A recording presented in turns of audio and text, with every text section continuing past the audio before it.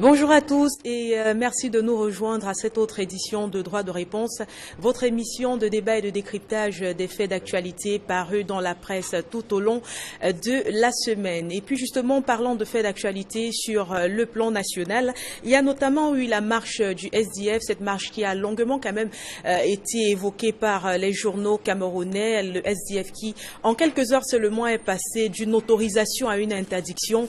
La journée d'hier aura été particulièrement mouvementée et même sur le plan émotionnel, riche en émotions justement, à la fois pour les autorités administratives que pour les leaders de la manifestation. Des barricades ont été apposées dans certains grands carrefours de la ville et au finish, la ville a été fortement militarisée, les forces de sécurité un tout petit peu partout, avec pour objectif principal d'empêcher la marche.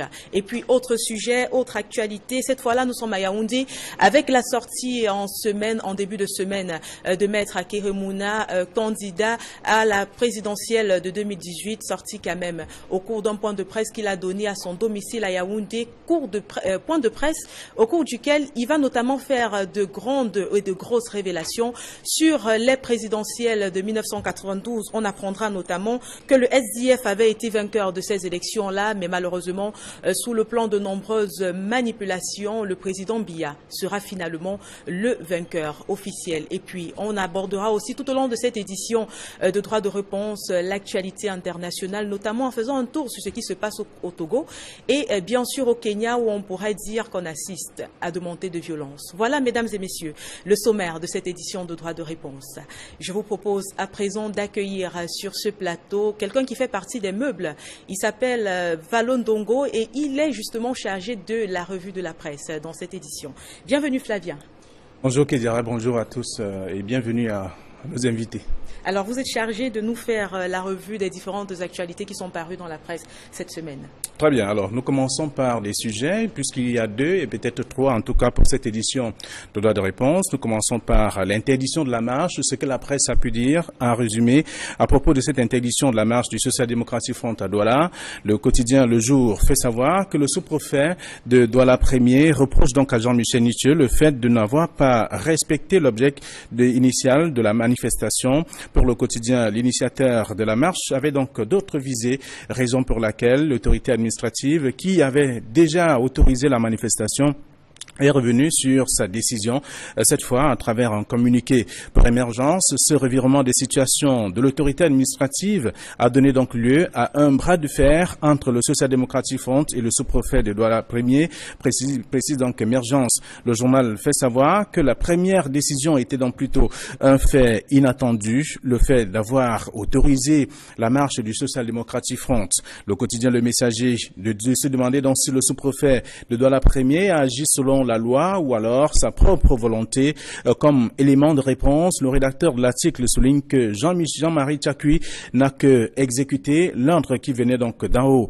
La nouvelle expression dans l'une de ses parutions également cette semaine a donc révélé que le meeting du Social-Démocratique Front annoncé fait paniquer Yaoundé. Selon le rédacteur de l'article, avant l'interdiction même de la marche, une équipe de la DGRE a rendu visite à l'initiateur de la marche qui n'est autre que l'honorable Jean-Michel Nitieux. Ces autorités tentaient-ils donc d'intimider l'organisateur de la marche? C'est juste une question. Dans la mouvance de cette marche notamment, d'autres formations politiques et même la société civile ont manifesté également leur solidarité envers le Social-Démocratique Front qui entendait marcher à la mémoire donc des victimes de la crise anglophone. Voilà du moins ce que la presse a pu dire en tout cas concernant le premier sujet qui est donc en débat au cours de cette édition de droit de réponse. Voyez-vous, le second sujet concerne également la sortie de Maître Akeremouna, vous l'avez annoncé, qui a rappelé simplement ce qu'on sait que Nidjon Frondi avait gagné les élections en 1992, mutation qui s'est donc intéressée à Maître Akeremouna cette semaine, donc après sa sortie, a mis donc à la une que face à la presse, l'ancien bâtonnier a démontré que Frondi avait gagné les élections en 1992. Pour lui, la machine du RDPC a simplement réussi à broyer les pistes pour mutation également. Le candidat déclaré pour la présidentielle de 2018 a laissé dire qu'il attendait simplement ce moment pour déclarer ce qu'il sait de la politique camerounaise et surtout du fonctionnement des élections au Cameroun. Pour le quotidien Le Messager, Maître Akeremouna estime qu'en décriant donc ce que le peuple camerounais sait déjà, sur la question du code électoral qui ne rassure pas. Il peut gagner l'estime des populations, notamment les militants du Social Democratic Front. Le journal va plus loin et en présentant d'ailleurs Maître Akerimuna comme étant un mauvais ami du régime qui l'a tant servi et aujourd'hui dénonce la malgouvernance, d'où le titre donc des confidences de Maître Akerimuna, la une du quotidien Le Messager. Pour l'aide du Sahel, également, l'homme qui est donc âgé de 65 ans aujourd'hui ne veut donc pas lâcher prise, malgré notamment ces multiples difficultés révélées donc par ces derniers. Il est simplement question qu'il continue à frapper. Et là, il s'est rendu dans le Septentrion. Là-bas, il a essayé de convaincre en tout cas des populations, même si on présente le Septentrion comme étant le bastion du RDPC dans la presse, dans l'aide du Sahel, et pour tenter notamment de convaincre ces derniers, il a fait des propositions et présenté aussi son cahier de charges, ce qu'il entend faire pour le Cameroun. Voilà du moins ce que la presse a prévu donc pour ces deux sujets. Et en même temps, j'imagine que vous parlerez également du Kenya et bien sûr du Togo avec ces regains de violence que l'on observe dans ces pays. Eh bien, merci à vous, Flavien, de nous avoir donné la quintessence des informations qui sont parues dans la presse cette semaine. On va vous remercier. On pourra vous retrouver dès lundi sur les antennes d'Equinox Télévision, déjà premièrement à cadence matinale pour la revue de la presse et ensuite dans la revue des grandes unes. Merci à vous d'être passé. Bon week-end à vous. À présent, mesdames et messieurs, nous allons vous dévoiler le panel qui fera cette émission, cette autre édition de Droit de réponse. Je vais commencer par vous présenter quelqu'un qui lui également fait partie des meubles. Il est consultant pour ce programme et il est également journaliste à la Nouvelle Expression chargé de la politique étrangère. Vous l'avez deviné. Il s'agit d'Edmond Kamkia. Bienvenue Edmond, bonjour. Bienvenue Kedia à cette émission. Merci. Je salue tous les copanélistes, je salue tous les téléspectateurs fidèles de cette émission. J'ai encore un mot comme ça, une pensée pieuse, n'est-ce pas, pour toutes les familles, pour toutes les personnes qui ont perdu un de leurs proches lors de l'accident ferroviaire des ECA, parce que hier c'était le premier anniversaire de cet événement-là. D'accord, merci Edmond pour ce rappel mémoire. On va également procéder à une autre présentation et cette fois-là nous sommes à ma gauche. J'introduis Monsieur Sambaka qui est vice-président de l'UDC. Bienvenue Monsieur, bonjour. Bonjour Kedia, bonjour à tous les téléspectateurs d'Equinox. Moi je vais dans le devoir de mémoire, j'évoquerai le décès du professeur Kangé Ouane, qu'on connaît comme un historien et tout, un homme politique. Et je dois dire que la place que j'occupe aujourd'hui à l'UDC, il l'a occupée, c'est lui qui m'a tenu la main, il a été un encadreur pour moi.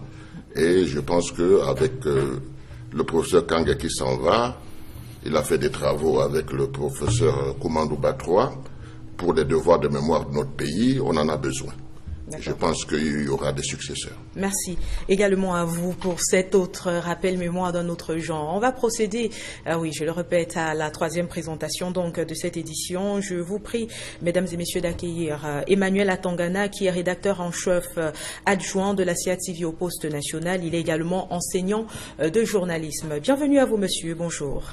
Bonjour Kedia, bonjour aux téléspectateurs de Equinox Télévision. Merci pour l'honneur et l'amitié de l'invitation. Bonjour aux co-panélistes, les amis que j'aime bien, Jean-Robert Wafou, le président Sambaka et mon éminent confrère Edmond Kamgia. Je suis très heureux de partager ce plateau avec eux. Merci. C'est un plaisir. Alors, il a dévoilé déjà notre dernier panéliste, mais on vous le rappelle tout de même, il s'agit de Jean-Robert Wafo, adjoint au maire de Douala 2e et puis ministre de la communication du Shadow Cabinet. Bonjour messieurs, monsieur, bienvenue. Bonjour Kédiga, bonjour à tous les panélistes. J'ai une pensée, n'est-ce pas, pour, comme Edmond l'a dit, pour les victimes des ECA. C'est le premier anniversaire, n'est-ce pas, de ce drame qui est survenu du fait de la démission des pouvoirs publics en matière de transport. Et j'ai également une pensée pour tous ceux qui sont décédés, n'est-ce pas, le 1er octobre dernier, dans les régions du nord-ouest et du sud-ouest, du fait de la barbarie innommable, n'est-ce pas, de ce régime qui nous gouverne, ce régime suranné. Voilà. Justement, on entre en plein dans les sujets qui nous concernent ce matin. Le tout premier, on vous l'a précisé à l'entame de cette émission, est la marche du SDF. Justement, on parle ce jour des raisons de cette interdiction. On va commencer par vous rappeler la chronologie de l'actualité telle que suivie tout au long de ces 2 dernières semaines. On commence bien évidemment le 6 octobre lorsque Jean-Michel Nintieux, le président régional du SDF pour le littoral, dépose dans les services du sous-préfet de Douala-Premier la déclaration d'une manifestation publique comprenant un meeting ayant pour objet d'exprimer la solidarité du SDF aux populations du nord-ouest et du sud-ouest, un meeting qui devrait être suivi d'une marche à partir de 13h. Et puis le 11 octobre, il est convoqué Jean-Michel Nintieux chez le préfet du Vaury, Joseph Bertrand Maché. Il y trouve notamment le sous-préfet et ensemble ils discutent pendant longtemps sur les mobiles de la manifestation. Au terme de cette réunion-là, l'itinéraire de la marche se verra changer. Le 12 octobre, on lui délivre un récépissé de dépôt de déclaration, ce qui n'était pas arrivé depuis une vingtaine d'années. En ce moment, la presse va s'enflammer. Et puis le 12 octobre, le directeur général de la recherche extérieure, Maxime Eko, parti de Yaoundé, va atterrir dans les bureaux du député SDF cette fois-là pour l'inviter à le suivre chez le gouverneur du littoral, Samuel Djedoné Ivahadiboua. Ils auront une séance de travail toujours au sujet de la manifestation. Alors je vous introduis, vous, Monsieur Wafo, avec la première question. Que s'est-il réellement passé hier dans la ville de Douala? Non, oui, c'est parce que la ville de Douala a été pratiquement bouclée par la soldatesque. Bon voilà, manifestement ils ont reçu des instructions, n'est-ce pas, de Yaoundé, de ceux qui sont là-bas à Yaoundé. Et bien évidemment, les populations ne pourraient pas circuler. Nous étions là le matin. Nous croyons que nous devions manifester, puisque nous avions dit que nous n'allons pas observer, c'est-à-dire respecter cette interdiction délivrée par le sous-préfet. Et bon voilà, pendant que nous nous organisions, l'honorable Jean-Michel Nintieux, qui est député de la nation, je précise bien député de la nation, parce qu'il jouit d'une immunité parlementaire, pendant qu'il se rendait, n'est-ce pas, au lieu de la manifestation, il a été encerclé par des centaines de policiers et de gendarmes. À la douche municipale. À la douche municipale, il a été encerclé. Il a demandé qu'on lui donne, qu'on lui présente un papier qui permet à ce qu'il soit amené. Ils ont dit qu'il n'y avait pas de papier. L'honorable Jean-Michel Nintieux a résisté, je dis bien résisté, durant près d'1 heure. Il a été brutalisé. Je dis brutalisé, un député de la nation. Brutalisé ne soit pas les policiers et gendarmes. Et amené manu militaire chez lui. Et on a donc amené par force chez lui. Et on a encerclé sa maison, au moins 200 policiers et gendarmes donc, qui ont encerclé sa maison. Voilà donc ce qui s'est passé hier. Et moi je vais dire une chose. Puisque la déclaration vaut maintenant interdiction pour les partis politiques de l'opposition, nous n'allons plus déclarer nos marches. Et faites cette révélation ici. Nous n'allons plus faire des déclarations de manifestations publiques. Et je vais même plus loin. La pression que nous recevons de nos militants est énorme. Nos militants, je veux dire les prochains délégués au Congrès, vont déposer un amendement au Congrès pour qu'on supprime l'article 3 alinéa 2 de nos statuts. On va arriver aux conclusions tout à l'heure, Monsieur Wafo, si vous le permettez. Il y a une spécialité ou alors une case réservée aux conclusions. Ne vous en faites pas, vous aurez la possibilité d'aller jusqu'au bout de votre idée. On va donner la possibilité cette fois-ci à Emmanuel Atangana de revenir également sur cette marche-là. Alors dites-nous, une marche qui a été autorisée puis interdite, est-ce que finalement les membres des partis de l'opposition qui se sont rendus dans la rue hier n'ont pas bravé l'autorité? Il faut dire que ce qui s'est passé hier est tout simplement regrettable dans un pays de droit, dans un pays de démocratie, parce que le Cameroun en est un. Le SDF a respecté l'ordre républicain en déclarant sa manifestation comme l'exige la loi de 90 sur les libertés publiques. Malheureusement, il s'est trouvé, c'est vous qui avez repris la chronologie sans faire mention de l'autre pan de cette chronologie des événements avant l'interdiction de monsieur le sous-préfet. Il s'est trouvé aussi dans cette chronologie-là que le sous-préfet disposait des éléments matériels qui l'autorisait cette fois-ci à interdire une manifestation qu'il avait au préalable autorisées. Lesquelles? C'est-à-dire les déclarations, comment dire ça? Le ministre du Shadow Cabinet lui-même vient de dire qu'il préfère faire cette déclaration de guerre. On ne fait pas une déclaration de guerre à une autorité administrative. Quand vous êtes dans un pays de démocratie comme le Cameroun, j'insiste en disant que le Cameroun reste quand même un pays de droit et de démocratie. Il y a donc eu des déclarations incendiaires à travers les médias. Il y a eu d'autres partis politiques. Le SDF était en droit d'organiser légitimement sa manifestation. Mais d'autres partis politiques ont profité de la pluie pour pisser dans le torrent. D'autres acteurs de la société civile, d'autres acteurs prévaricateurs du chaos en ont profité pour s'introduire dans une manifestation légale, légitime du SDF. Monsieur le maire, votre manifestation était légale, mais il se trouve que malheureusement, le sous-préfet était en droit de l'interdire, vu les éléments de la chronologie, moi je viens d'ajouter. On ne serait pas arrivé là si les amis de mon ami Jean-Robert Wafou ne s'étaient pas introduits de paréfaction dans leur manifestation. Et ça fait partie du marketing politique du SDF qui consiste justement à provoquer l'administration. Ils en profitent pour envoyer les images, les photos à leurs amis des organisations internationales pour dire voilà le Cameroun de Paul Biya, c'est un Cameroun où il n'y a pas de démocratie. On interdit une marche d'un parti politique légalisé. On encercle un député de la nation. Il l'a dit. Le député lui-même, il le fait parce qu'il l'attend. Il l'attend, il sait que les forces de l'ordre... Mais est-ce que l'objet de la marche n'était pas légitime?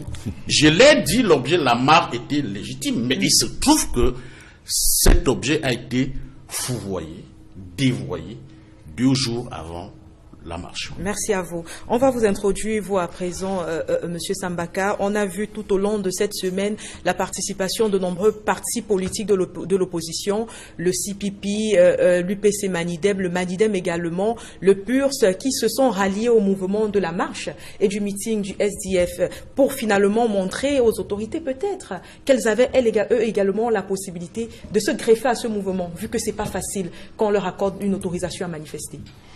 Voyez-vous, c'est pas seulement le SDF qui reçoit les interdictions de manifestation, c'est l'opposition camerounaise. Bon, dans le cas d'espèce, certains partis ont rallié, si vous voulez que j'emprunte ce terme, mais moi, je n'analyse pas la situation comme ça. Parce que en réalité, la demande de la marche répond à un besoin. Et ce besoin est partagé par beaucoup de Camerounais. Alors, ce qui se passe, c'est que l'administration a des lois qu'on a fait, qu'on a votées à l'Assemblée nationale, en mettant, n'est-ce pas, entre parenthèses, les possibilités que l'autorité administrative a.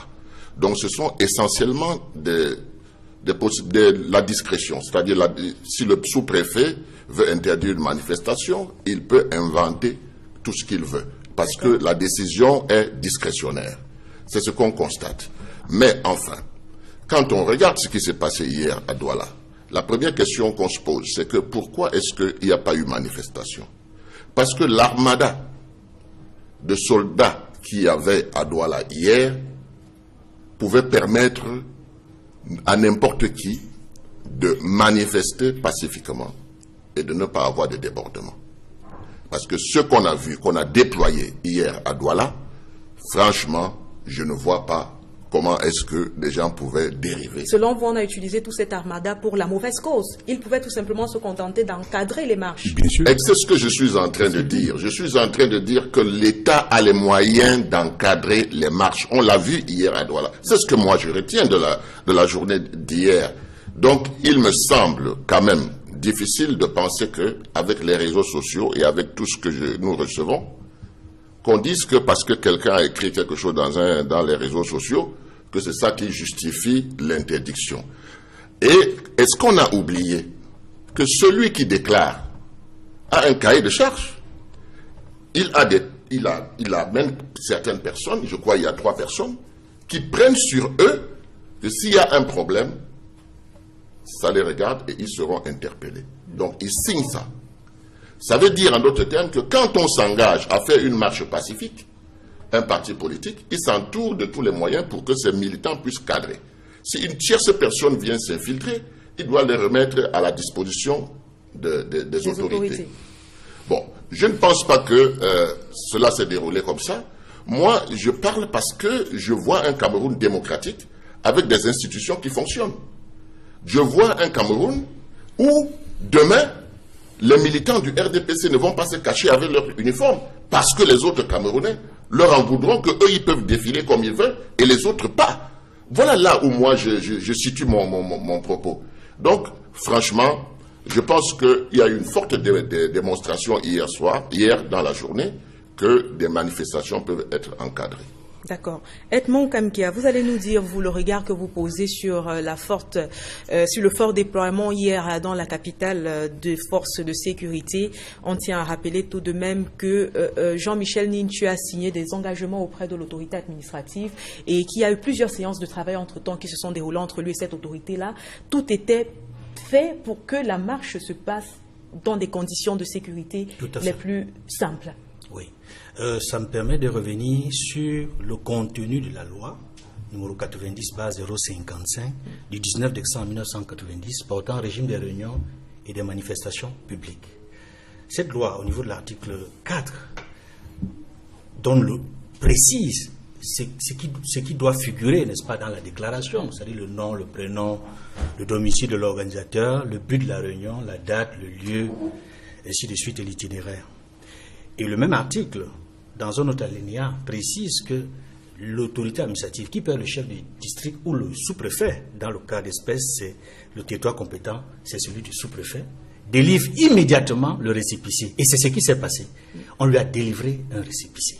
Et c'est historique, parce que rarement on a vu ça depuis les années de Braise. Et c'est l'une des raisons pour laquelle, on l'a vu pendant toute une semaine, le SDF a magnifié ce comportement-là. C'était comme une victoire. C'en était une. Et l'autorité administrative, je peux le dire ici, c'était également une victoire pour l'autorité administrative de l'avoir fait dans un état légal qui se prétend démocratique, de donner le récépissé, parce qu'on avait rarement vu ça. Maintenant, avançons. L'article 5 de la loi sur le régime des réunions et de manifestations publiques, pour le cas des réunions publiques, dit ceci: le bureau de l'organisation seul le bureau de l'organisation peut suspendre ou interdire la réunion. Mais le représentant de l'autorité administrative peut également y mettre fin en cas de débordement. Maintenant, en ce qui concerne la manifestation publique, puisque nous étions dans un cas précis de manifestation publique, puisqu'il devait y avoir non seulement le meeting, mais la marche. Dans la marche est une manifestation publique. L'article 8 de la même loi que j'ai citée tantôt, de la loi de 90/055 du 19 décembre 1990 portant régime des réunions et des manifestations publiques, précise, stipule que l'autorité administrative, lorsqu'elle constate que la manifestation projetée est de nature à troubler gravement l'ordre public, elle a deux possibilités. La première, c'est qu'elle peut assigner un changement de lieu ou d'itinéraire. Il me semble que dans les engagements que vous avez soulignés tantôt, ça a été fait, changement d'itinéraire. Le 11 octobre. Le 11 octobre. Oui. Il y a également la deuxième possibilité, qui a été prise également par l'autorité administrative, c'est-à-dire l'autorité administrative peut interdire. Cette fois, la loi dit interdit par arrêté et notifier immédiatement à l'organisateur et le notifier immédiatement. J'observe que Jean-Michel Nintu, si j'en crois ses propos, depuis, j'allais dire 48 heures, il dit qu'il n'a jamais été notifié. Parce que le texte dit l'interdiction doit se faire par arrêté. Et immédiatement, il faut le notifier. C'est l'article 8 de la loi. Jean-Michel Nintu a-t-il été notifié immédiatement le jour où la marche a été suspendue ou interdite? Ce jour-là, je dis non. Je ne sais pas si, entre ce jour-là et samedi, il a été notifié. Dans tous les cas, la loi prévoit des délais. Il aurait dû être notifié immédiatement, c'est ce que dit la loi. Maintenant, pour terminer sur la loi, parce que c'est important pour développer, il faut savoir ce que dit la loi. Donc, après avoir donc fait le point un peu sur le régime des réunions, des manifestations publiques, parlons maintenant d'une chose très importante. Je sors de l'article 8 pour dire que on a parlé d'un arrêté. Je n'ai jamais vu cet arrêté. Je n'ai jamais entendu parler de l'arrêté d'interdiction. Par contre, j'ai écouté et entendu dans les médias publics d'État un communiqué qui annonçait la suspension de cette marche-là. Pour commenter ce qui s'est passé hier, maintenant, j'observe, comme tout le monde ici, que dans tous les carrefours, il y avait des forces de police et de gendarmerie, il y avait des chars à eau, des chars à canon qui pouvaient jeter de l'eau ici. Et là, j'observe aussi que dans le territoire, dans le périmètre de la zone où le SDF était censé marcher, les véhicules ne pouvaient pas circuler, on ne pouvait pas entrer pour sortir. La ville a été complètement paralysée. La ville était paralysée. Les citoyens obligés d'aller à pied. Jean-Robert Wafou. Donc il y a eu, dans ce cas précis, j'allais dire une restriction des libertés publiques. D'accord. Et dans ce cas, pourquoi l'arrêté n'est jamais sorti? Jean-Robert Wafou, oui, vous avez la parole. Mais d'abord, je vais, à la suite d'Edmond qui a fait un brillant exposé, apporter certains éléments. La loi de 90 sur le régime des réunions et des manifestations publiques dit que quand vous faites une déclaration de manifestation, l'autorité délivre immédiatement. Oui. Or, l'honorable Jean-Michel Nitieux a fait la déclaration de manifestation publique. C'était le 6 octobre, il a déposé ça le 6 octobre, et ce n'est que le 12 octobre qu'on lui a donné. 6 jours plus tard. 6 jours plus tard. Ça, c'est la première chose. Donc, c'est une violation flagrante de la loi. Et on lui a accordé un récépissé, on lui a délivré le récépissé, n'est-ce pas, d'autorisation de manifestation publique avec autorisation d'occupation de la voie publique. Ça, c'est le 12 octobre. Ça dit, c'est 6 jours plus tard. C'est la première violation. Par la suite,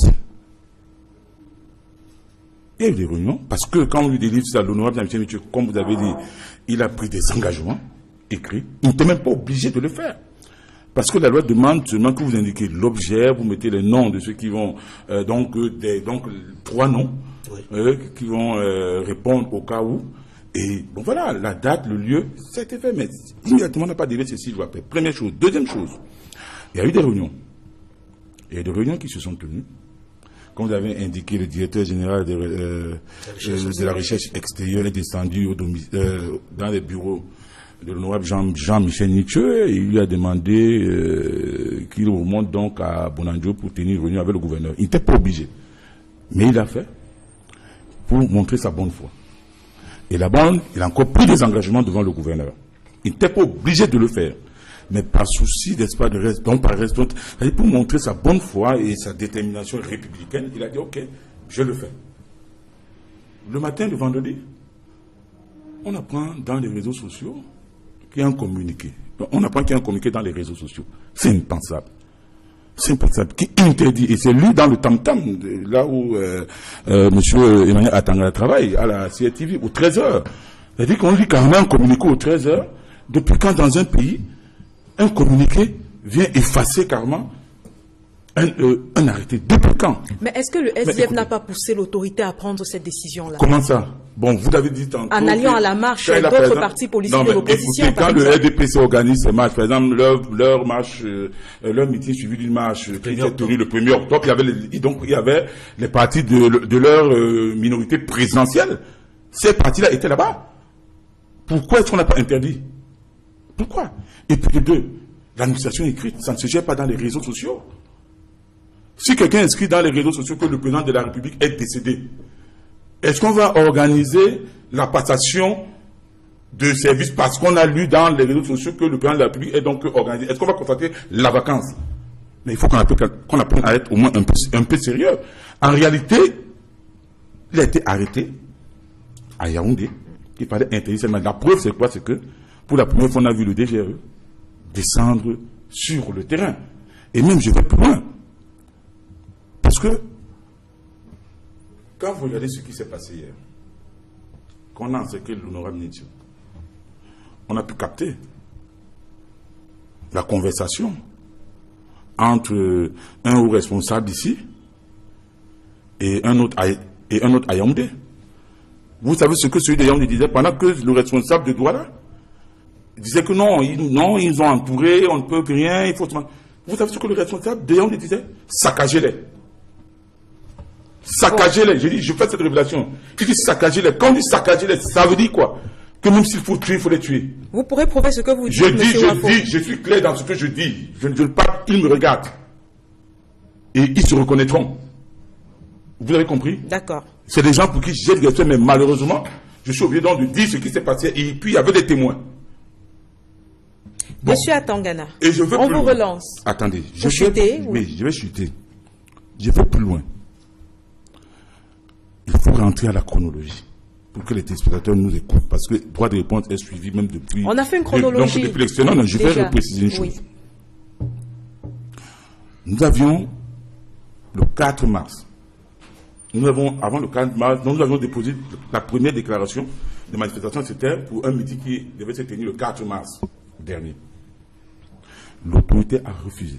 Il a signifié une interdiction au motif qu'il y avait de risque de trouble à l'ordre public.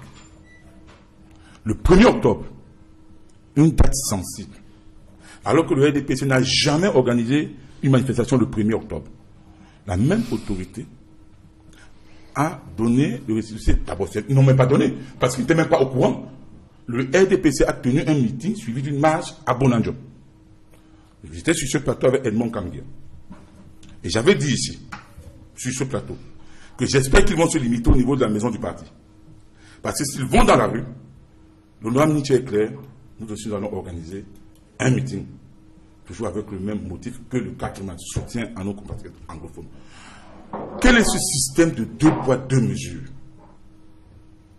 qui est définitivement érigé en règle, je veux dire en mode de sélection des partis politiques? On vous a compris, monsieur Wafo. On vous a compris. Vous répétez, monsieur Wafo, donnez la possibilité à d'autres personnes de réagir. Et c'est là qu'on va introduire monsieur Atangana, justement. On est en train d'écouter un monsieur Wafo qui nous prouve clairement qu'ils sont allés provoquer l'autorité administrative. Ils essaient de se comparer à un autre parti politique qui est le RDPC. Et puis, justement, au niveau de cette comparaison, on peut revenir sur la sortie, c'était cette semaine. Vous permettez qu'on avance, monsieur Wafo, s'il vous plaît? N'interprétez pas mes propos, madame. Bon, d'accord, vous n'avez pas provoqué l'autorité administrative. Nous n'avons pas provoqué, nous avons déclaré. Aux différentes sorties, on poussait l'autorité administrative finalement à prendre les décisions qu'elles ont prises. On a terminé avec vous, si vous le permettez. On essaie d'introduire quelqu'un d'autre qui va donner son point de vue, bien évidemment. On a l'impression, à un moment, que des autres partis politiques, notamment ceux de l'opposition, essaient tout le temps de se comparer avec le RDPC. Et ça nous rappelle une sortie d'un homme politique qui disait: pourquoi essayer absolument de comparer les deux partis quand on peut prendre tout simplement des décisions qui peuvent aider le pays à avancer? Je dois d'abord faire une précision par rapport à l'analyse de monsieur, mon confrère Edmond Kamgia tout à l'heure, qui disait que l'autorité administrative n'a pas délivré l'arrêté interdisant la manifestation au SDF. Cet arrêté a été signé le même jour. Et il a été remis. Quel jour? Il a été remis à l'honorable Jean-Michel Nikan avec la présence. Vous êtes journaliste quand? Quand donc? Monsieur Wafo, c'était quand? ça a été... Laissez-le parler, monsieur Wafo. Madame, je ne peux pas laisser qu'on débute n'importe quoi. Ça a été délivré quand? Vous aurez la possibilité de vous délivrer. Oui, respectons-nous, ça a été délivré quand? Respectons-nous en disant la vérité. Allez-y. L'article 8, monsieur... Je l'ai cité. Voilà, justement.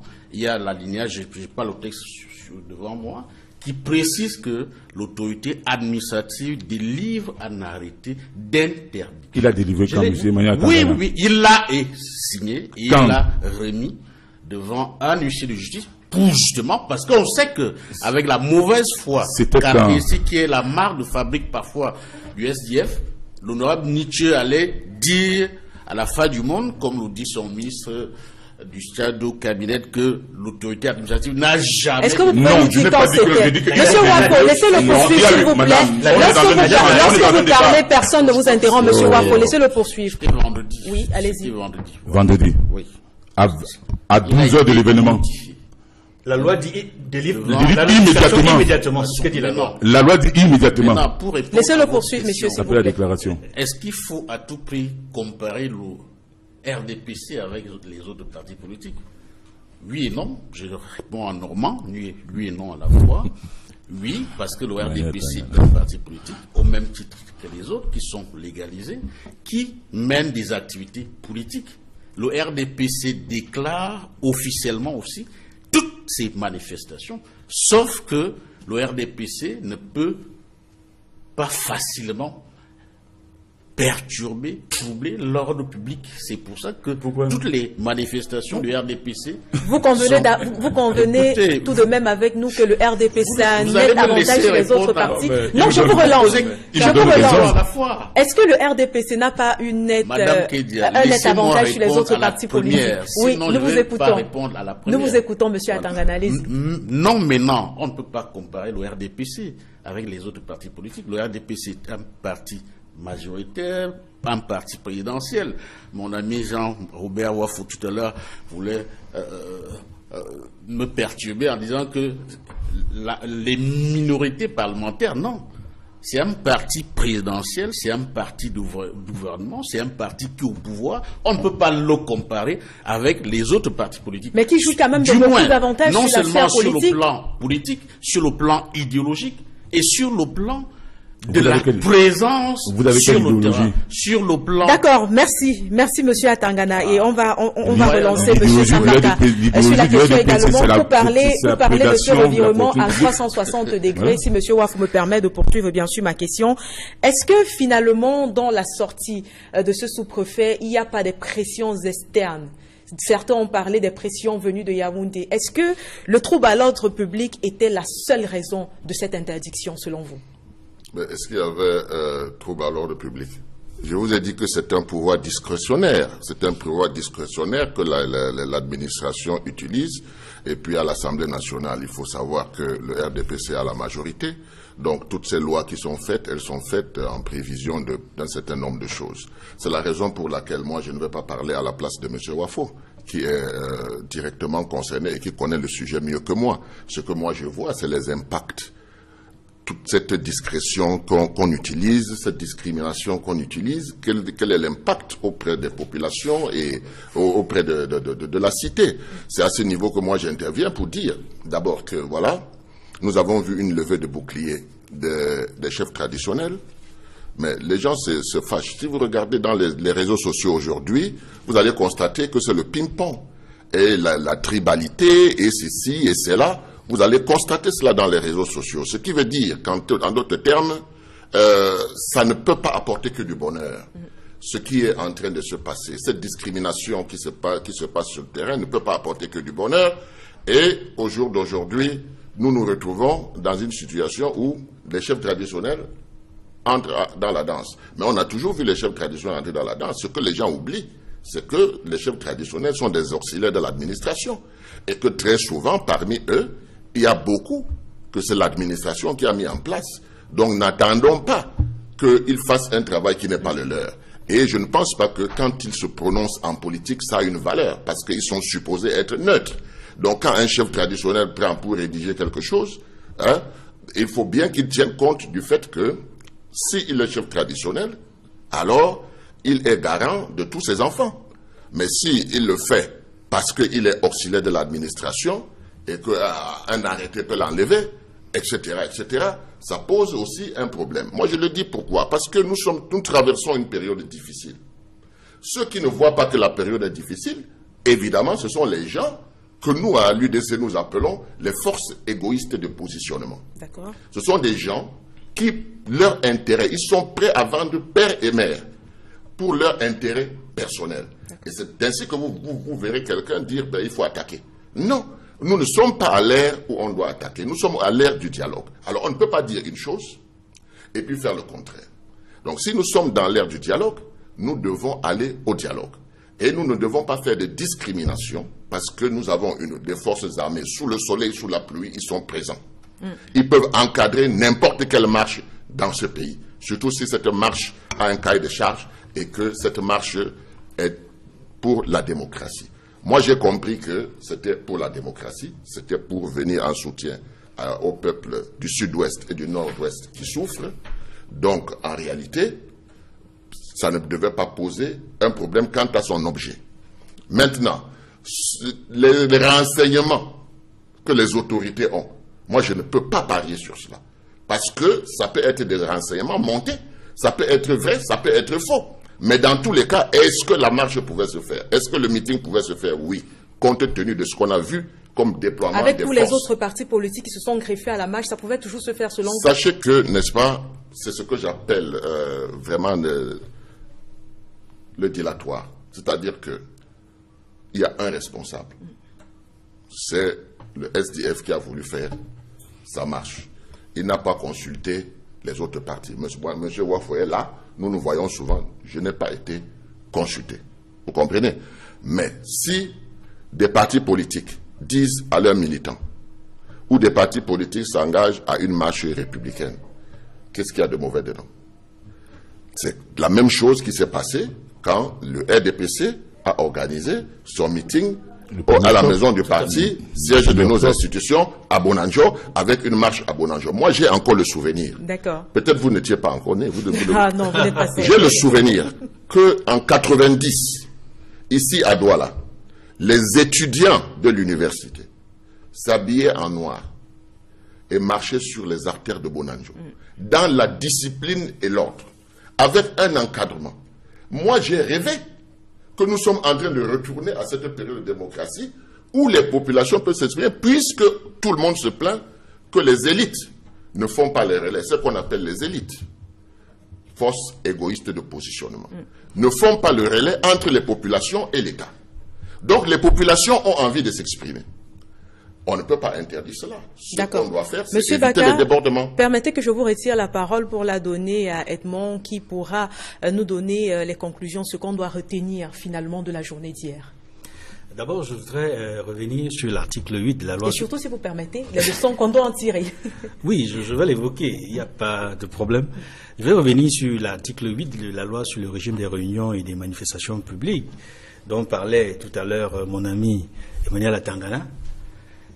Il a dit qu'il y aurait eu un arrêté, n'est-ce pas, d'interdiction. Je n'ai pas utilisé le conditionnel. J'ai dit qu'il y a, j'insiste, je persiste, que l'autorité administrative, monsieur le sous-préfet de l'arrondissement de Douala Premier, a délivré l'arrêté d'interdiction de la manifestation aux principaux responsables du SDF, qui en a fait la déclaration, c'est-à-dire l'honorable Jean-Michel Nietzsche, devant un huissier de justice. Merci, cela signifie qu'il aurait été... Moi, je suis journaliste, comme toi d'ailleurs, je préfère le conditionnel parce que je n'ai pas la certitude de l'exactitude de l'information que vous venez de donner.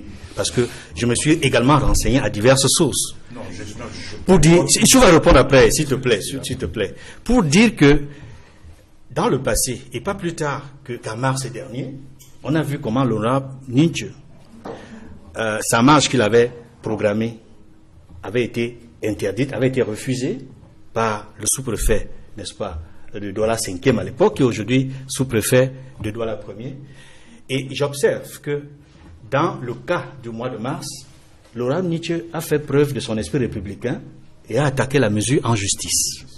Même si l'affaire n'a pas connu un aboutissement à ce jour. Avec 8 jours. Avec 8 jours. Ou enrôlé. Oui, nous sommes en train de nous éloigner je suis en train d'expliquer. Non, je tirer des conclusions pour avancer. Je termine rapidement sur ce point, sur cet article 8. Parce que l'article 8, n'est-ce pas, la loi sur le régime des réunions, la loi de 90 sur le régime des réunions et des manifestations publiques, dit clairement que l'organisateur, lorsque l'autorité administrative a interdit par arrêté, il a la possibilité, n'est-ce pas, de poursuivre, n'est-ce pas, de saisir le président du tribunal de grande instance compétent, qui par ordonnance, n'est-ce pas, statue dans un délai de 8 jours. Et puisque dans le passé, il a pu saisir le tribunal compétent, je ne pense pas que s'il avait été notifié, il aurait naturellement également attaqué cette mesure. Il dit qu'il n'a pas été notifié, c'est pour cela qu'il n'a pas attaqué, c'est pour ça qu'il n'a pas saisi la justice, par exemple. Maintenant, sur les leçons que l'on peut tirer, je pense que c'est une grosse occasion manquée pour le Cameroun. Une grosse occasion manquée pour le Cameroun, pour montrer à la face du monde ce qu'il déclare. Parce que le gouvernement déclare tout le temps que nous sommes un régime démocratique. Mais ce qui vient de se passer montre clairement que nous ne le sommes pas. Que nous avons plutôt fait un grand pas en arrière. Un grand pas en arrière par rapport aux années 90. Parce que les lois sur le régime de liberté, j'ai cité une des lois tout à l'heure, il y a une autre sur le pluralisme politique, sur les partis politiques, sur la liberté de communication sociale, sur beaucoup d'autres domaines. On avait beaucoup avancé. Parce qu'on est passé du régime d'autorisation à un régime de déclaration. Parce que cette loi parle de la déclaration préalable. Lorsque vous déclarez, l'autorité administrative, immédiatement, vous délivre le récépissé. Ce qui ne se passait, ce n'était pas ainsi avant 90.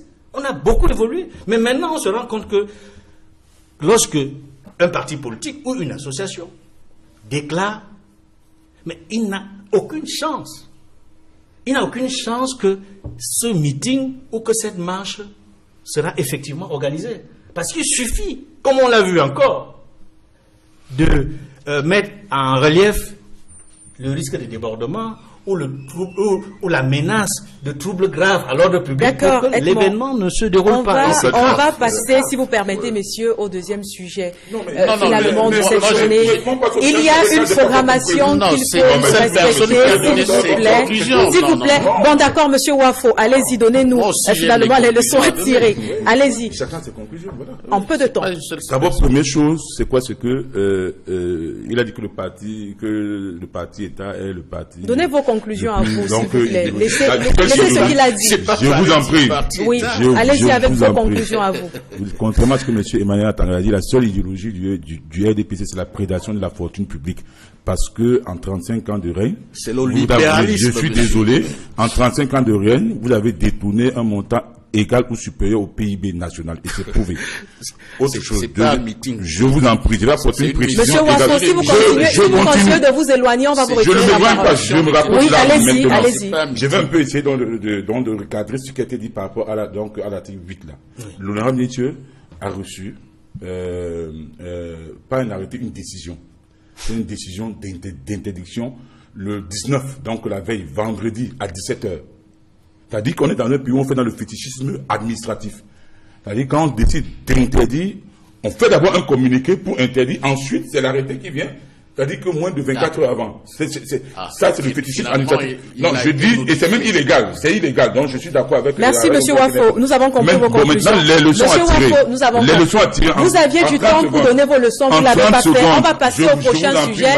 Et je vous l'annonçais, le sujet qui va nous intéresser dans la deuxième partie, finalement, de ce débat, est fortement en relation avec le point de presse qu'a donné Maître Akeremouna. C'était à son domicile à Yaoundé en milieu de semaine. Un point de presse au cours duquel il a fait une sortie, il a déclaré, je cite, en 1992, c'était les premières élections multi-partites au Cameroun, je gérais l'assemblage et le découpage des voix et je peux vous dire qu'en 1992, Frundi a bel et bien gagné les élections.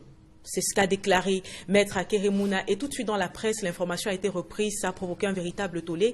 On en parle donc aujourd'hui dans droit de réponse pour essayer déjà, avec la première question que je vais poser à M. Sambaka, pourquoi maintenant? Pourquoi c'est seulement maintenant que Maître Akeremouna a décidé de s'exprimer? Depuis 92 que les faits se sont produits. Je serais tenté de dire pourquoi c'est seulement cela que les journalistes ont retenu. Parce qu'en réalité, il n'y a rien de nouveau sous le toit. Je pense que si Maître Akeremouna a fait cette déclaration, c'est son intime conviction. Il a peut-être véritablement tardé à le dire. Mais je pense que d'autres l'avaient dit. Beaucoup de gens l'avaient dit avant. Et c'est passé sous silence. Je pense que ce sujet est un sujet qui a déjà été traité. Oui, sauf que cette fois, si vous permettez, Maître Akeremouna a apporté plus de précision. Je vais d'ailleurs vous lire ce qu'il a dit en termes de précision. Il dit, c'est le professeur Conchou qui a avoué finalement avoir joué double jeu. Il avait reconnu plus tard que les chiffres des législatives avaient été donnés en lieu et place des chiffres des présidentielles. Et quand on lui a posé la question de savoir ce qui se passait à la radio, il a dit que les résultats des deux élections avaient été mis dans le même tiroir. Oui, c'est un peu comme si moi, je vous dis que c'est le même professeur Conchou qui était parti à la CRTV, retirer la bande où les leaders de l'opposition expliquaient les accords de la tripartite. Au jour d'aujourd'hui, beaucoup de Camerounais ne savent pas ce qui s'est passé. Nous sommes dans une crise anglophone qui avait été solutionnée à la tripartite. Moi, j'ai vu dans les réseaux sociaux des gens défiler avec ce qu'on appelle l'arbre de la paix. La première fois que je voyais l'arbre de la paix, c'était à la tripartite.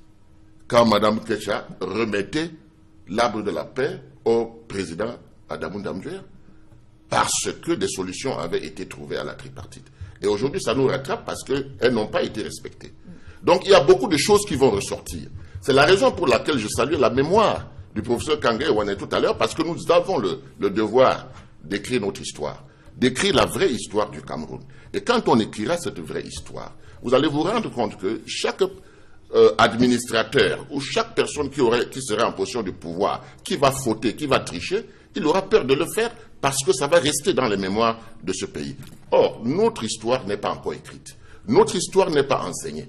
Vous pensez que je peux comparer Douala Mangabel avec ce qu'il a fait, avec les déclarations des chefs aujourd'hui, qui sont auxiliaires de l'administration? C'est difficile. Donc, nous avons quelque chose à ressasser dans le devoir de mémoire. Et j'inscris cela, cette déclaration, dans le devoir de mémoire.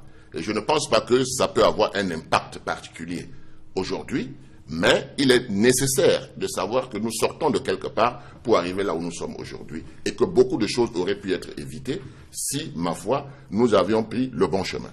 Monsieur Atangana, est-ce que cette sortie ne pourrait pas être très préjudiciable finalement à Maître Akeremouna qui est candidat aux élections de 2018? Permettez que je chausse mes lunettes pour lire la suite de la déclaration de Maître Akeremouna. Parce que vous l'avez lu avec des ciseaux, c'est-à-dire vous avez extrait la partie qui vous intéressait. Maître Akeremouna, je précise que j'ai la considération, l'estime pour l'avocat qu'il est. C'est un brillant avocat qui a une renommée internationale, qui a travaillé dans la société civile internationale. Mais voici la suite de la déclaration. Puisqu'on n'avait pas de documents, j'ai pris les résultats des législatives qui venaient juste avant pour réunir les voix comme elles venaient. Je vous fais grâce des autres. Vous également vous à l'époque, oui, parce que vous-même vous avez coupé.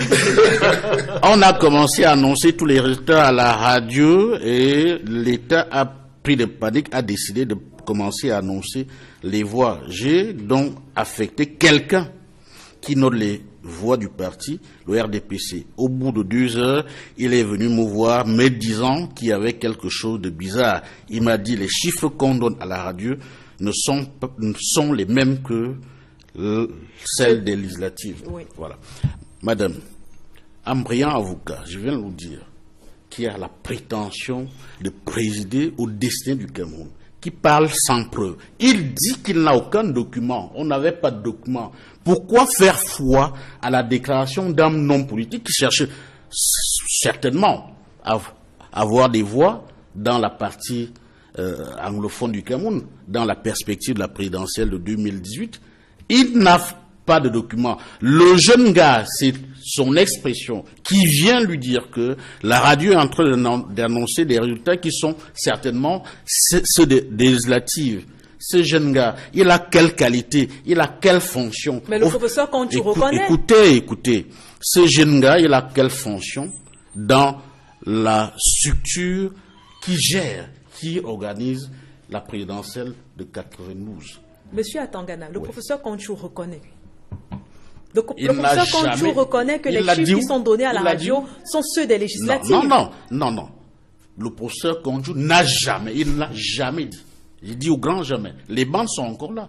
Monsieur Sambaka fait allusion tout à l'heure aux bandes. Moi, j'ai les bandes. Malheureusement, on ne peut pas les écouter dans le cadre de votre magazine. J'ai les bandes. Le professeur Conchou n'a jamais fait cette déclaration. Je suis sur la déclaration de Maître Mouna, pour qui je le dis, j'ai du respect, de la considération pour ce qu'il représente, pour la profession qu'il a choisie, l'avocature. Un brillant avocat. Mais un brillant avocat ne peut pas prendre sur lui de faire des déclarations sans preuve, s'agissant surtout d'un sujet aussi sensible que celui-là. Moi, je le comprends. Il fait déjà son marketing politique dans la perspective de la présidentielle. Pourtant, M. Sambaka a précisé au début de sa prise de parole que Maître Akeremouna n'a rien appris à personne. C'est des informations que les Camerounais avaient depuis de nombreuses années.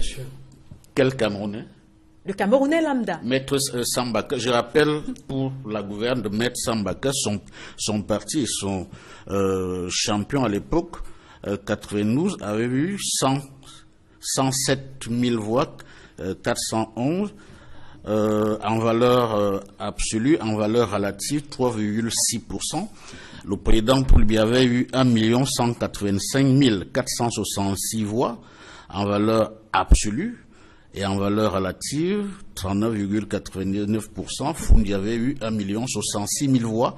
602. Merci.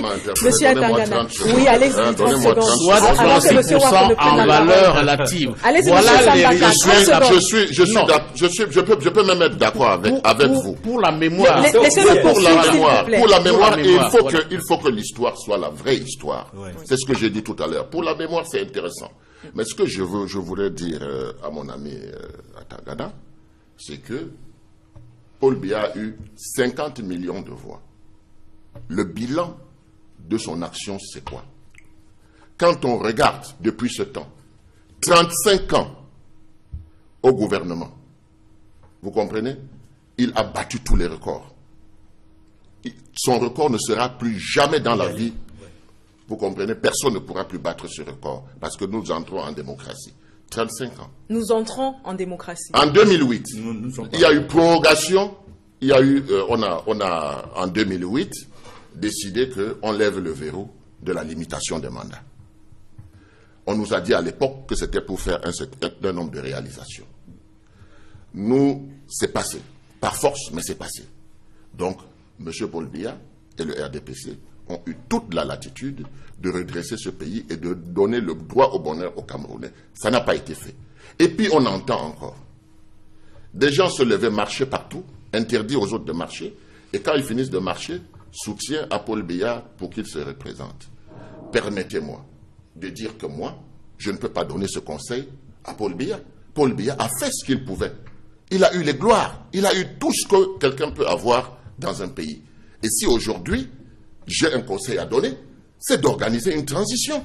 Parce que tous ces gens, tous ces turéféraires, leur esprit est relayé ici par mon ami Jean Atangana. Ils veulent s'accrocher au pouvoir pour leurs intérêts égoïstes. Mais le Cameroun n'a pas besoin de cela. On n'est plus sur la déclaration de Mouna. Vous êtes en train de faire le procès. Non, parce que vous m'avez interpellé sur un soi-disant pourcentage. Oui. Vous savez, un parti politique, c'est d'abord le programme, c'est les idées. Et comme vous voyez, les idées traversent toujours les frontières. Et je peux vous dire que je sors de France, les Camerounais de la diaspora m'ont accueilli parce qu'ils savaient que je suis arrivé en France. Ils ont échangé. Et ils ont envie que leur pays se relève. Donc il y a beaucoup de choses que nous vivons.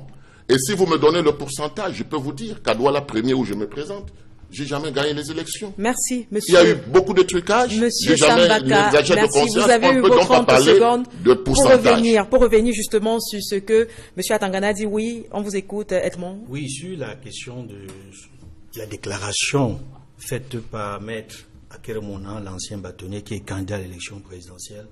Je voudrais tout simplement dire que c'est une vérité de polichinelle. De dire que John Foundi, candidat du SDF, mais surtout candidat de l'Union pour le changement en octobre 92, était vainqueur de l'élection présidentielle. Vous avez les preuves. Vous en avez les preuves. Moi, j'ai les chiffres. Permettez que j'achève. J'ai vos chiffres. J'ai les chiffres. Moi, j'ai vos chiffres. Les chiffres que vous avancez sont les résultats officiels de l'arrêt lu par Dipanda Mwele, président de la Cour suprême en 1992. Est-ce qu'on est d'accord là-dessus? Ce sont les chiffres officiels. Où sont les chiffres officiels? On les l'arrêt des résultats rendus en octobre 92. Mes chiffres officiels. Je vous laisse la parole. Allez-y, Edmond. Non, vous aurez la parole, monsieur Wafo. Ne vous en faites pas. Ne vous en faites pas, monsieur Wafo. Vous aurez votre temps de parole. Votre temps de parole est plus important que le mien. Edmond Kambia, est-ce que vous pouvez chuter, s'il vous plaît? Vous comprenez? Non. Je dois avoir le même temps de parole. Messieurs, ne nous énervons pas, s'il vous plaît. C'est un débat d'idées. Messieurs, s'il vous plaît, ne vous énervez pas. Est-ce que je peux récupérer les rênes de mon plateau, s'il vous plaît? Monsieur Wafo, s'il vous plaît. Vous ne pouvez pas me déstabiliser. Donc vous êtes du RDPC. Monsieur Wafo, est-ce qu'on peut poursuivre, s'il vous plaît? Merci. Je voulais tout simplement chuter en disant que j'en appelle à la conscience de monsieur Dipanda Mwele, président de la Cour suprême, le jour où il a lu l'arrêt rendant n'est-ce pas, le jour où il a lu l'arrêt rendant, n'est-ce pas, proclamant les résultats de l'élection présidentielle du 11 octobre 1992, si vous revoyez les images, il a beaucoup sué ce jour-là. Il avait beaucoup de sueur.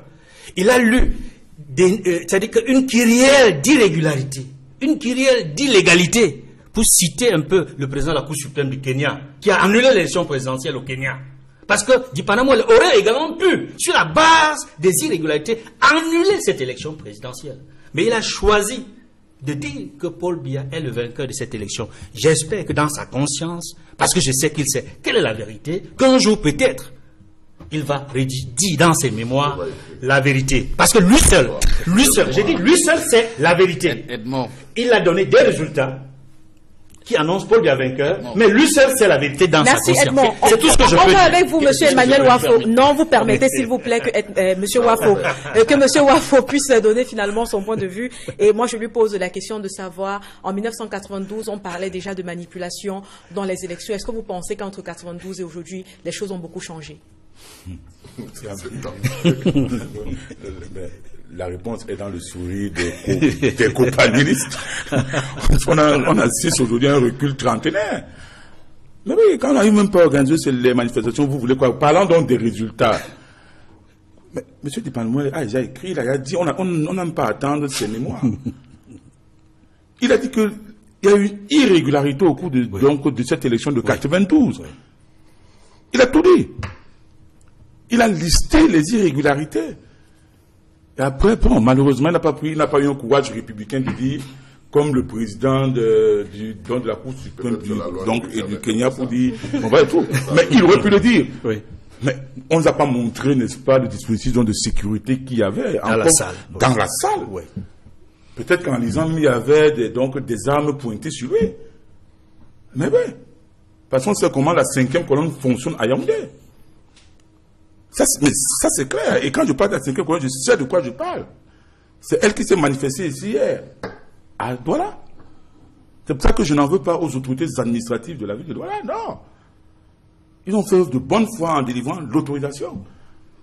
Mais après, les turiféraires de la 5e colonne, depuis, ils ont dit zéro, il n'y a rien. Mais pourtant, après avoir dénoncé... Après, je vous relance, monsieur Wafo. Oui. Après avoir dénoncé ce qui s'est passé en 1992, Maître Akeremouna précise quand même qu'il sera candidat. En sachant tout ce qui va se passer, certainement, avec les reproches qu'on va faire à Elections Cameroun et tout ce qui entoure finalement le processus électoral camerounais, est-ce qu'il n'y a pas contradiction dans ces dires? Non, il faut aller aux élections. Je suis d'accord, il faut aller aux élections. Mais je tiens à rappeler à ceux qui nous gouvernent, 2018, ce ne sera pas comme 92. Puisque vous allez perdre et vous allez partir. Quand je dis vous, c'est M. Emmanuel Atangana. Parce que tout à l'heure, il a dit qu'il est seul contre nous. Ça veut dire qu'il est du RDPC, nous sommes de l'opposition. Maintenant, il est invité ici en tant que militant du RDPC. Ça, c'est clair. Même comme il travaille dans le tam-tam de la République. C'est pas un problème. Mais je dis ceci. En 2018, le président Sambaka parlait de la transition. Il faut cette transition. Il faut cette transition. Parce que, voyez-vous, les leçons que nous, on a par exemple tirées hier, après les événements malheureux, où la soldatesque a donc brutalisé un député de la nation. Le SDF envisage de ne plus faire une déclaration de manifestation publique. Vous l'avez déjà dit. Deuxième chose, au prochain congrès, nous subissons déjà la pression de nos militants. Et ils sont même déjà majoritaires, largement majoritaires, notamment dans les délégués. Ils envisagent de déposer un amendement pour supprimer l'article 3 alinéa 2 de nos statuts. Parce que dit l'article 3 alinéa 2 de nos statuts, le SDF prendra le pouvoir par voie d'élection. Donc, vous êtes en train de provoquer les gens. Mais je veux vous dire, non, vous êtes du RDPC, je dis ceci. Je veux vous dire ceci. On ne peut pas reprocher au président Kennedy de ne pas être un républicain. Mais qu'est-ce que John Fitzgerald Kennedy disait? Qu'est-ce qu'il a dit? À force de rendre impossible les évolutions pacifiques, on rend inévitable les révolutions violentes. Et je dis, nous sommes des républicains. 2018, s'il n'y a pas des élections transparentes, le SDF prendra ses responsabilités. Nous vous avons compris. Madame vous avez enfin Kedia. pu Vous avez donner compris cette conclusion. Madame Oui, Kedia, vous Monsieur comprenez Atangana. donc pourquoi l'autorité administrative a pris sur elle d'interdire la marche d'hier? Non, mais c'est pas ce qu'il a dit. Il a dit que justement, parce que l'autorité administrative a pris, l'OSDF, Mais parce que incapable la de déclaration de manifestation est devenue une interdiction systématique. SDF Alors, mais vous voulez incapable que nous, on s'exprime où? Monsieur Wafo, c'est moi qui ai la parole. Avec ce système d'apartheid là. L'OSDF incapable de battre le RDPC dans une élection démocratique Mais permettez-nous de manifester. Monsieur Wafo, permettez qu'il termine. Si vous êtes si fort, vous du RDPC, si vous êtes si Monsieur fort, Wafo, s'il vous plaît, mettons les règles de jeu permettez qu'il équitables. aille jusqu'au bout veut de ses maintenant pensées. accéder au pouvoir par une insurrection. C'est ce parti, ou bien ce qui en reste, voulait organiser hier. Ah bon? Ici à Douala. Vous lisez dans la boule du cristal. Lui-même l'a déjà déclaré que ils vont descendre dans la rue, mener une insurrection parce qu'ils sont... Mais il n'a pas parlé d'insurrection. Ah oui, il n'a pas... Comme vous, oui, justement. j'ai pas parlé comme vous-même vous parlez de sécession, il est très c'était les Abobala, les Ayatollah et de sécessionnisme. Non, mais c'est la même chose que vous faites là. Mais j'ai lu dans ses intentions... Ah bon, vous continuez à lire dans les oracles. C'est tout. Et vous n'avez pas pu lire dans les oracles pour prévenir la crise dans la région, dans les régions du nord-ouest et du sud-ouest. Vos renseignements n'ont pas pu travailler pour prévenir, c'est-à-dire que ce qui allait arriver. Monsieur Wafo, mais écoutez, faut pas profiter de la pluie pour... Vous êtes dépassé, monsieur. L'OSDF a perdu son aura dans les régions anglophones. Ça se décrète? Qui restent jusqu'ici sont... Mais vous avez envoyé les heureux, vos parlementaires sont allés là-bas. C'est la raison pour laquelle... Ils ont été chassés. Le Premier ministre a été chassé. Le secrétaire permanent du Conseil national de la sécurité a été chassé, monsieur Atangadi. Il n'a même pas pu enterrer sa maman. Pauvre de lui. Et puis, bon, vous venez dire que vous avez la lecture. Et le problème dans la région anglophone. Monsieur Wafo, vous n'avez pas la parole. C'est également Monsieur Wafo, de légitimité de ceux qui sont censés les représenter. Madame Kedia, dans les institutions. Jean-Robert Wafo, oui, s'il vous plaît. C'est pour dire quoi? C'est pour dire que quand nous arrivons dans un pays comme le nôtre, après autant d'années du multipartisme, et qu'on se rende compte que les partis politiques de l'opposition sont cadenassés, saucissonnés, n'est-ce pas? Ça pose un certain nombre de problèmes. Et moi, je peux vous dire, en tant qu'acteur politique, quand je vais sur le terrain, je me rends compte que des Camerounais se plaignent. Les Camerounais ont des problèmes. Les Camerounais souffrent. Les Camerounais n'ont pas de problème, ils ont des problèmes de santé. Vous avez vu qu'un bateau est venu ici et a préféré proroger parce que le cas du Cameroun est assez spécial. Les Camerounais n'ont pas les moyens de se soigner. Voilà les vrais problèmes que nous trouvons sur le terrain. Et nous leur disons que les vrais problèmes pour nous, les politiques, c'est qu'il y a une partie des Camerounais qui ont déposé. C'est-à-dire, ils attendent leur mort. Non, il faut avoir de l'espoir. Et c'est en cela que je dis qu'il faut aller aux élections. Et il faut aller aux élections, il faut aller tirer les 6 millions de Camerounais qui refusent d'aller s'inscrire, qu'ils aillent s'inscrire. Parce que demain, il y aura la décentralisation. Ils ne peuvent rien, c'est là, ça va venir. Mais pas avec eux, ceux-là ne pourront pas. Moi, je ne dis pas avec eux ou sans eux. Je suis en train de dire que ça, ce sont les projections de notre lendemain. Ouais. Il y aura le fédéralisme des régions. Parce que nous avons appelé ça fédéralisme des régions en 1993, lorsqu'on a vu qu'on n'a pas respecté les accords de la tripartite et que l'avant-projet de constitution n'est pas sorti de cette commission. Nous avons donc écrit à l'UDC un avant-projet de constitution que nous avons baptisé fédéralisme de région. Ça va venir. Ça va venir. Donc, forcément, il faut se préparer à cela. Alors, quand on dit aujourd'hui que nous allons avoir la décentralisation, il faut bien que les populations sachent qu'ils sont partenaires parties prenantes. C'est-à-dire que c'est eux qui doivent choisir les maires, ils doivent les contrôler, ils doivent les sanctionner. Donc, ils deviennent, de ce fait, des acteurs du développement. Donc, il faut se préparer à ça. Mais la première chose, c'est la citoyenneté. La citoyenneté demande que nous ayons nos cartes électorales pour choisir. Je suis sûr que si les citoyens prennent conscience de cela, les intimidations du parti au pouvoir ne passeront pas. Vous comprenez? Parce que 6 millions Pour tricher sur 6 millions, c'est difficile. Donc nous avons le besoin urgent que nous revenions à la citoyenneté, à cette nouvelle citoyenneté qui veut que nous soyons prêts pour des institutions qui vont fonctionner. Monsieur Sambaka, je suis d'accord avec les inscriptions sur les listes électorales. Le troisième sujet inscrit à l'ordre du jour. Si Monsieur Wafo permet qu'on avance, je parlais. S'il vous plaît, Monsieur Wafo, on avance. On avance avec la thématique. On va prendre le troisième sujet de cette édition de droit de réponse. Et cette fois-là, nous sommes à l'international. Toujours, on va commencer par le Togo sur cette actualité internationale au Togo où la population demande le départ du président Faure Gnassingbé au pouvoir depuis 2005.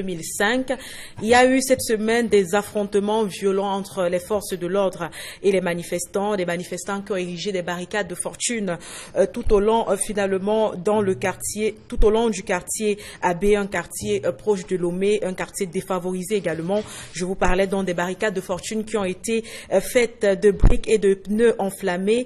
Des pierres ont également été jetées aux forces de sécurité qui utilisaient les gaz lacrymogènes pour tenter de dissuader les populations. On rappelle tout de même que depuis août, l'opposition dénonce un projet de réforme de la Constitution qui permettrait à Faure Gnassingbé, en poste donc depuis 2005, de pouvoir être président jusqu'en 2030. Et je vous introduis avec ce sujet-là, Edmond Kamgia. Quelle est la lecture que vous faites des diverses actualités, notamment celles qu'on vit au Togo en ce moment?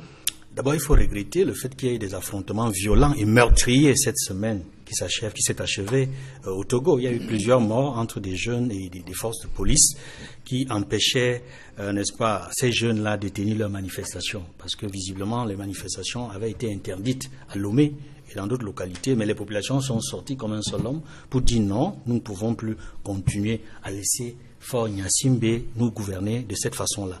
Sur le fond, depuis plusieurs mois, l'opposition togolaise et la société civile démocratique souhaitent que Faure Gnassingbé revienne à la constitution de 1992, parce que cette constitution-là, qui prévoyait l'élection présidentielle à 2 tours, et il y avait la limitation du mandat présidentiel, qui a été supprimée par la suite quand Faure Gnassingbé est arrivé. Et aujourd'hui, visiblement, au niveau du pouvoir au Togo, ils semblent d'accord, c'est-à-dire les autorités de Lomé semblent d'accord pour revenir à l'élection présidentielle à 2 tours. Le problème, c'est au niveau de la limitation du nombre de mandats et de savoir si il est possible que Faure Gnassingbé, s'il brigue encore un autre mandat, s'il pourra bénéficier de la possibilité de prolonger encore davantage. Concrètement, il s'agit de quoi? Il est au pouvoir, il est encore là jusqu'en 2020. Est-ce qu'il pourra être, s'il est candidat, est-ce qu'il pourra briguer, au cas où il remporte l'élection, est-ce qu'il pourra se permettre d'avoir encore 2 mandats? Et l'opposition dit non à cette question. C'est cette question qui n'a pas été solutionnée jusqu'à ce jour. Malgré tout ce qui se passe, il y a eu des blocages même au niveau du Parlement, au niveau de l'Assemblée nationale du Togo. C'est pour cela que tout le monde est dans la rue à Lomé et dans d'autres localités. Alors, on a notamment eu sur les réseaux sociaux des appels à la violence du côté du Togo, notamment sur les messages, dans les messages qui ont été envoyés à la population sur WhatsApp. On incite carrément les jeunes à se rendre dans la rue. On a l'impression à un moment qu'en Afrique, désormais, la population, et là je suis avec vous, Monsieur Wafo, se retrouve en train de vomir tout simplement les dirigeants. Que se passe-t-il? Non, mais le droit de manifester, c'est un droit constitutionnel. D'après toutes les constitutions de ce qu'on a, donc des républiques, quand on parle de république, c'est dans le sens global du terme, c'est-à-dire que république comme les républiques du Cameroun, république du Congo, c'est-à-dire en république, le droit de manifester est un droit constitutionnel, tout comme le droit de s'exprimer. Donc c'est des droits inaliénables. Donc dire que dans les réseaux sociaux on a poussé les gens à le faire, les réseaux sociaux c'est un moyen de communication. On peut pas, aujourd'hui on fait avec ou on ne fait pas. C'est-à-dire c'est clair et net, vous ne pouvez pas contourner les réseaux sociaux. Les dirigeants se doivent d'intégrer cela. Et puis, bon, vous avez parlé du cas du Togo. Les gens sont allés dans la rue. Alors que la marche avait été interdite. On a le droit de désobéir à un ordre injuste. Et interdire une manifestation publique, c'est une violation, c'est violer la constitution de la République. Entre la constitution d'une République et une décision, un arrêté d'interdiction d'un dirigeant d'un pays ou alors d'un responsable administratif d'un pays, qu'est-ce qui est au-dessus de l'autre? Il y a quand même ce qu'on appelle la hiérarchie des normes juridiques. C'est plutôt ceux-là qui interdisent qui doivent être poursuivis. Parce que l'administration, l'État a les moyens d'encadrer une marche. Vous avez compris? L'État a les moyens d'encadrer une marche. Pourquoi? On a vu des gens marcher à Barcelone là-bas. Et près de 5 millions de manifestants, et puis il n'y a pas eu de mort. Il y a eu juste tous ces 26 blessés. Mais vous voyez ici, au Cameroun, on aura une image, c'est des tueries. Mais est-ce que c'est normal? Non, les gens ont le droit de manifester. Madame Kidia, c'est clair et net, les gens ont le droit. Et ceux qui s'opposent à la manifestation, c'est soit des inclus, soit ceux qui ont des intérêts souterrains dans cette affaire. Je ne vais pas commenter, je ne vais pas revenir sur la déclaration des chefs traditionnels. Ne revenez pas dessus. Savoir pour qui j'ai du respect pour eux. Mais bon, ils ont dévoilé leur mission. Ils ont une mission ancestrale, c'est de garder la tradition. C'est de faire respecter aussi la tradition. Ils n'avaient pas c'était une sortie malheureuse. Ils n'avaient pas besoin de le faire. Vous n'avez pas vu les chefs traditionnels le faire au Togo, à Lomé. Non, ils doivent être au-dessus. Ils ne doivent pas être partisans. C'est ce qu'on attend d'eux. Quand j'entends les gens sur les réseaux sociaux, les gens, à la suite de leur déclaration, dire que le député Nietzsche aurait dû aller organiser ça à l'Ouest. Mais bon Dieu, mais il est député de la nation. D'accord. Il est député de la nation, il est député de vous. Est-ce qu'il a des mandats depuis ceux qui ne veulent pas qu'il manifeste n'ont qu'à venir le battre aux élections? Parce que, et je dis, c'est les conséquences d'un régime qui dure. À un moment donné, toutes les manœuvres pernicieuses sont utilisées pour diviser le peuple. Parce que ce qui se passe là, et je dis ici, le RDS condamne avec la dernière énergie cette sortie malheureuse, n'est-ce pas, des gardiens de la tradition. Vous êtes sorti du sujet. Je ne suis pas sorti du sujet. Ça me permet tout de même de relancer Monsieur Emmanuel Atangana sur la même actualité. On a un échange fort qui est en train de se passer au Togo entre les manifestants et finalement les forces de sécurité. Personne ne veut laisser tomber. Est-ce que vous pensez qu'on pourrait finalement débouler sur des violences pires que celles qu'on a vécues cette semaine où on parle notamment de 2 morts? Permettez-moi d'abord de dire que les manifestations publiques sont une forme d'expression de la démocratie. Mais cette démocratie ne doit pas se trouver dans la rue. Oui, on doit permettre aux gens de manifester. Ça doit se faire dans le cadre du respect des lois de cette république. Je crois que c'est pratiquement même les mêmes lois dans toutes les républiques qui se respectent.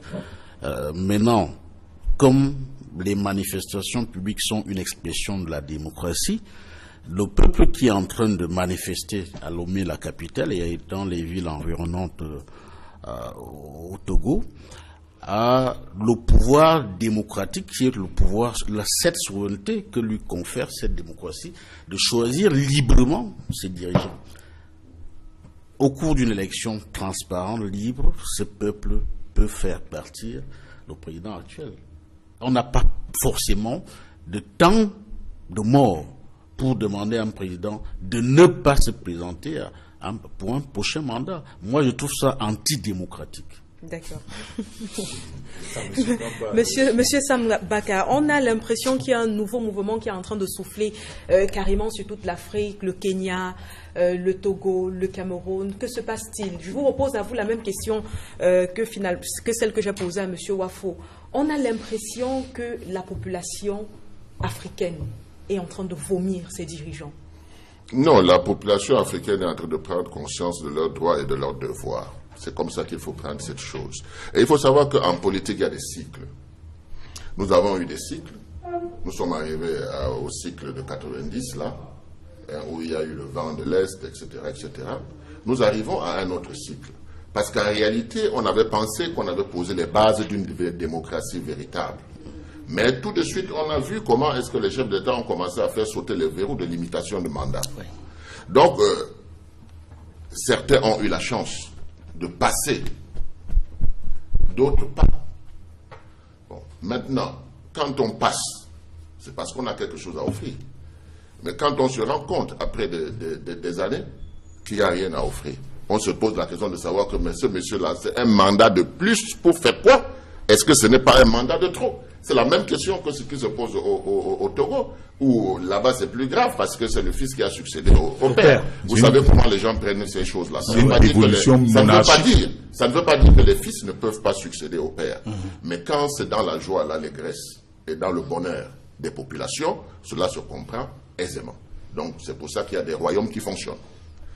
Il faut donc se dire que Aujourd'hui, il est question que nos dirigeants en prennent conscience et qu'ils se disent, nous entrons dans un cycle. Et ce cycle risque d'être violent.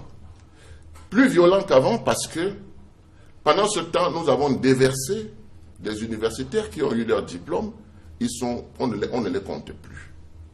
Ils ont été à l'école. Ils n'ont pas d'avenir. Vous comprenez?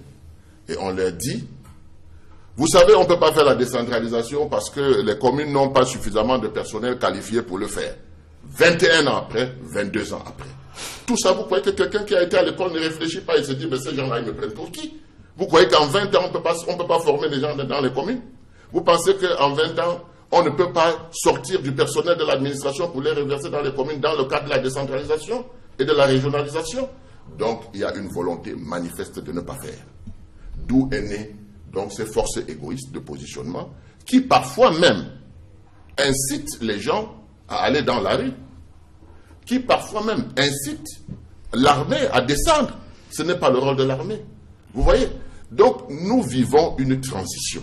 Qu'on le veuille ou non, mieux on le comprendra, plus on ira en avant. Mais tant qu'on continue à s'arc-bouter sur le fait que le président de la République doit se représenter, parce que moi je vais manger, n'est-ce pas? Ça ne marchera plus. Ouais, parce qu'il y a ces jeunes-là qui ont leur avenir devant eux et qui doivent pouvoir prendre le relais. Donc, moi je dis, si nous comprenons bien la chose, nous nous asseyons autour d'une table, nous mettons l'histoire de notre pays, on introduit les mangues Douala Mangabel dans l'école et tout ça là, le Cameroun va repartir, étant entendu que le Cameroun, tout le monde le sait, n'est-ce pas, est l'Afrique en miniature, immensément riche, un potentiel humain énorme, à l'intérieur comme dans la diaspora. D'accord.